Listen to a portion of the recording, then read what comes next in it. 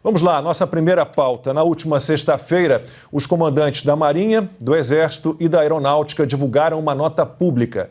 Eles defenderam a garantia de manifestações pacíficas e condenaram restrições a direitos por parte de agentes públicos e excessos cometidos em atos pelo país que possam restringir os direitos individuais e coletivos ou colocar em risco a segurança pública. O documento, direcionado às instituições e ao povo brasileiro, foi visto como um recado ao Supremo Tribunal Federal e ao Tribunal Superior Eleitoral. No texto, a cúpula militar ressaltou os valores das tradições das Forças Armadas, sempre presentes e moderadoras, para assegurar compromisso irrestrito e inabalável com a democracia e com a harmonia política e social. Nas principais cidades do país, a população segue se manifestando de forma pacífica, principalmente na frente de quartéis. Os caminhoneiros estão se concentrando em Brasília. Já são quase 2 semanas com o povo nas ruas, dia e noite, com chuva e com sol, desde que o TSE declarou que Lula venceu a eleição de 30 de outubro. Antes dos primeiros comentários, vamos ver um clipe com imagens dessa semana de manifestações.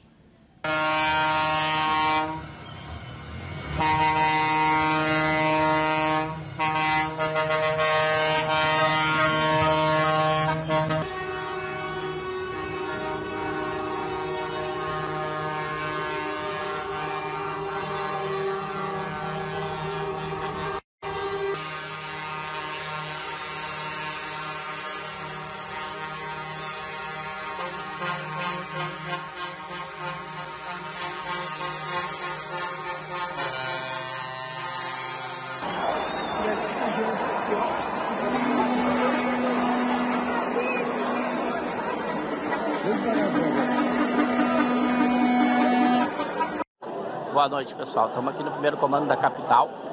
Tá cheio, tá todo mundo aqui. Tá? O exército veio falar com a polícia ali e a polícia simplesmente saiu pianinho. Nada vai acontecer aqui. Tá? Estamos sendo amparados pelo exército. Salvem as crianças!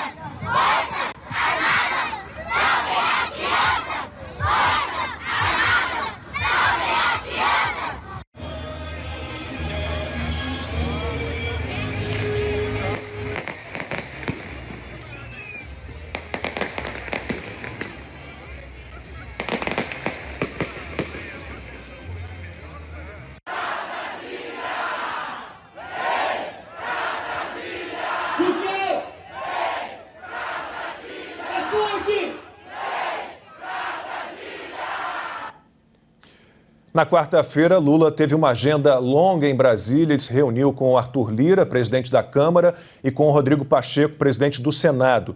E também se encontrou com Alexandre de Moraes, presidente do Tribunal Superior Eleitoral. Os dois trocaram elogios e pedidos. Moraes pediu a Lula um projeto para controlar as redes sociais. O petista disse que o ministro é um orgulho para o Brasil e pediu o fim das manifestações. Lula acha que as pessoas que estão nas ruas não sabem nem o que pedem e devem voltar para casa.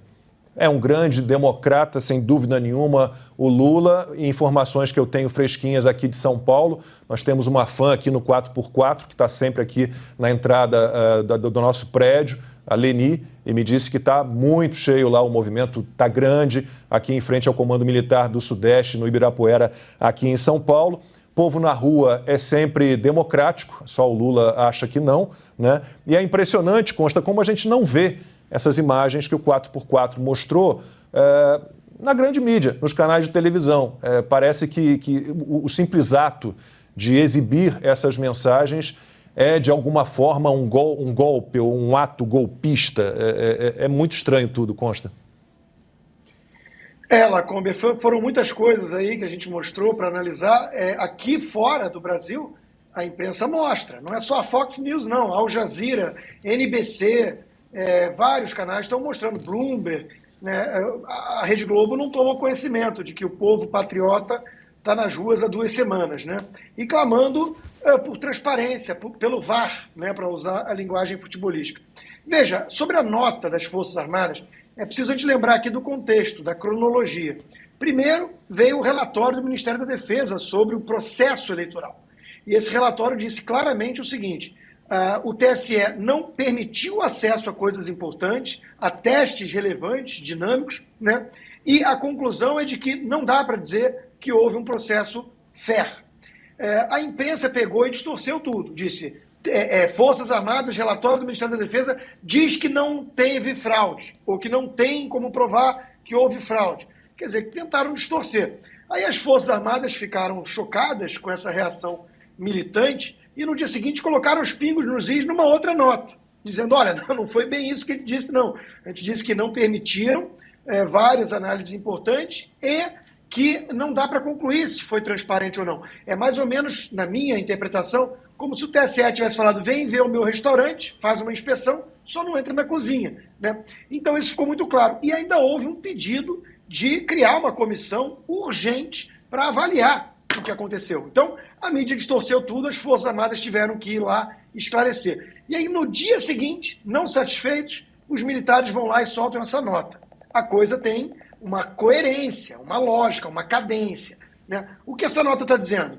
Esse povo que está na rua está protestando de forma legítima, a casa a ser pressionada é o Congresso, a casa do povo, porque é o poder legislativo que pode fazer alguma coisa, e, lembrando a vocês, caso não tenham se dado conta, se tocado, se nada disso funcionar e o Brasil mergulhar num caos, numa desordem, cabe sim às Forças Armadas colocar ordem na bagunça, digamos assim. Então o recado foi dado. Eu li assim, né? E a reação qual é da turma de lá? Dobrar a aposta. Né? O Alexandre de Moraes falar assim, não, esse assunto já está encerrado há muito tempo.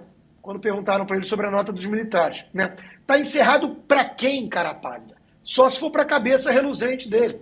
Para nós, não. Para nós não está nada encerrado. Olha os brasileiros nas ruas, eles estão pedindo explicação, estão pedindo transparência. Eles querem respostas, tem muitas dúvidas, tem anomalias, tem processo muito opaco, comandado por alguém tão partidário e que adora uma censura, como é o caso do Alexandre de Moraes. E aí ele vai lá e se reúne com o Lula para ficar trocando elogio mútuo. Né? Aliás, teve um deputado petista que sugeriu, acho que com muita, inclusive, propriedade, Lacombe, que se espalhasse busto do Alexandre de Moraes pelas praças públicas do Brasil. Algo como os stalinistas sempre fizeram com o Stalin. E eu acho muito adequado, né? Porque se teve alguém que foi o maior responsável por essa vitória estranha, suspeita, para dizer o mínimo, do ex-presidiário que não consegue arrastar ninguém nas ruas, né? Foi o Alexandre de Moraes. Nada mais merecido do que ele ter estátua nessa nova nação que eles estão tentando construir, uma espécie de Alexandria misturado com o lulismo, né? Só que tem que combinar com os russos, no caso com o povo brasileiro que não está gostando desse teatro farsesco e está na rua justamente protestando e tem, como nós vimos, o respaldo das Forças Armadas. Então, dizer que essa história está encerrada, a vida que segue, vamos falar aqui de projeto de censura, é só na cabeça dessa turma que acha que o Brasil já virou Cuba. Ainda não, ainda não. E digo mais, né, num país normal e sério, como é que um ministro do STF propõe ao presidente eleito que ele faça uma legislação que seja qualquer? Isso é tão distorcido, isso é tão invertido, né? Mas, de novo, falar que isso é coisa de republiqueta das bananas é repetir o óbvio, é chover no molhado. Faz tempo que essa patotinha acha que vive na Venezuela. O Alexandre de Moraes está cobrando do Lula o que o Lula prometeu ao longo de toda a campanha. Na verdade, ele fala da regulação da mídia há muitos e muitos anos e insistiu nisso durante toda a campanha. Agora, Ana, é estranho, porque o Alexandre de Moraes sabe como ninguém regular a mídia, né? Ele precisa de alguma ajuda do Lula para isso, né? Na verdade, ele já está fazendo isso, ele precisa de quê mais?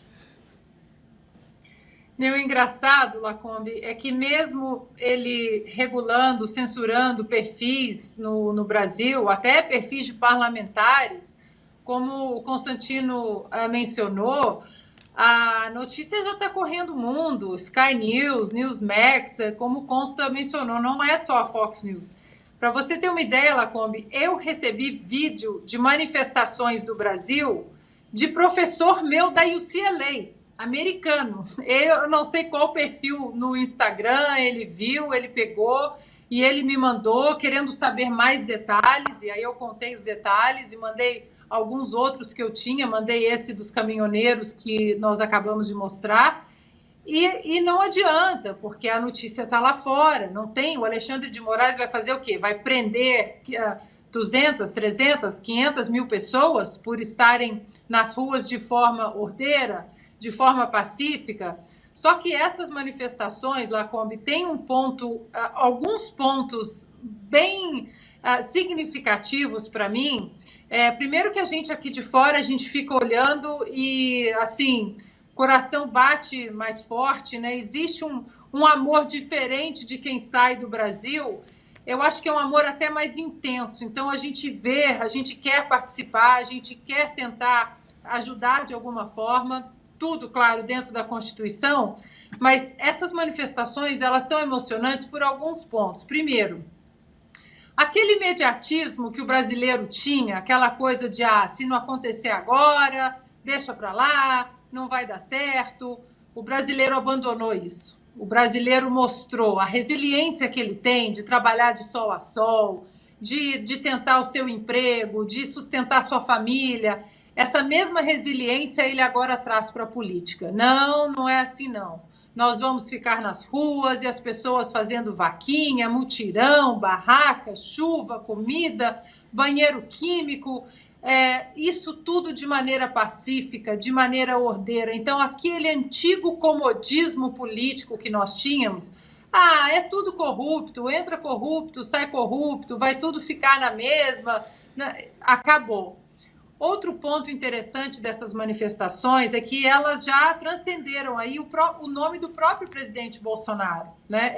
São manifestações agora por um projeto de nação que está lutando contra um projeto de poder, que nós sabemos que, além do que ele já fez contra o Brasil nos últimos anos, né, nos anos de administração petista, agora vem com aquele quê de vingança, da vingança pessoal. Então, o brasileiro agora está resiliente também na política. Olha, o presidente Bolsonaro talvez tenha sido injustiçado nas cédulas, já que o TSE não responde às perguntas que existem, né? O senhor Alexandre de Moraes podia simplesmente fazer um pronunciamento público e dizer, olha, vocês estão errados, por isso, o código isso, e explica, mas ele não explica. Esse silêncio continua sendo muito perturbador. E o brasileiro já entendeu que, apesar desta eleição ter sido imunda, e eu digo o processo todo, abuso de autoridade, canetadas inconstitucionais, agora o brasileiro falou, peraí, sai o presidente Bolsonaro da equação, sai o ex-presidiário e vai entrar o povo que vai lutar por um projeto de nação justo diante de uma eleição, como eu disse, imunda em vários sentidos. Então, esses pontos do brasileiro ter abandonado aquele velho comodismo, né? O velho pão e circo que durante muito tempo pavimentou o nosso dia a dia, de uma maneira até muito sólida, hoje o brasileiro não quer mais isso. Ele não quer mais o comodismo, ele não quer o imediatismo, ele sabe que ele precisa estar ali juntos, de maneira ordeira, pacífica. Então, é muito emocionante ver essas imagens, e famílias, crianças, bebês, e caminhoneiros, e agro, e gente humilde, e gente classe média, classe alta. Esse é um ponto, eu acho, que vai ficar marcado na nossa história para sempre, Lacombe, e vai inspirar muitas gerações futuras, e agora temos que torcer para que o desfecho também seja positivo.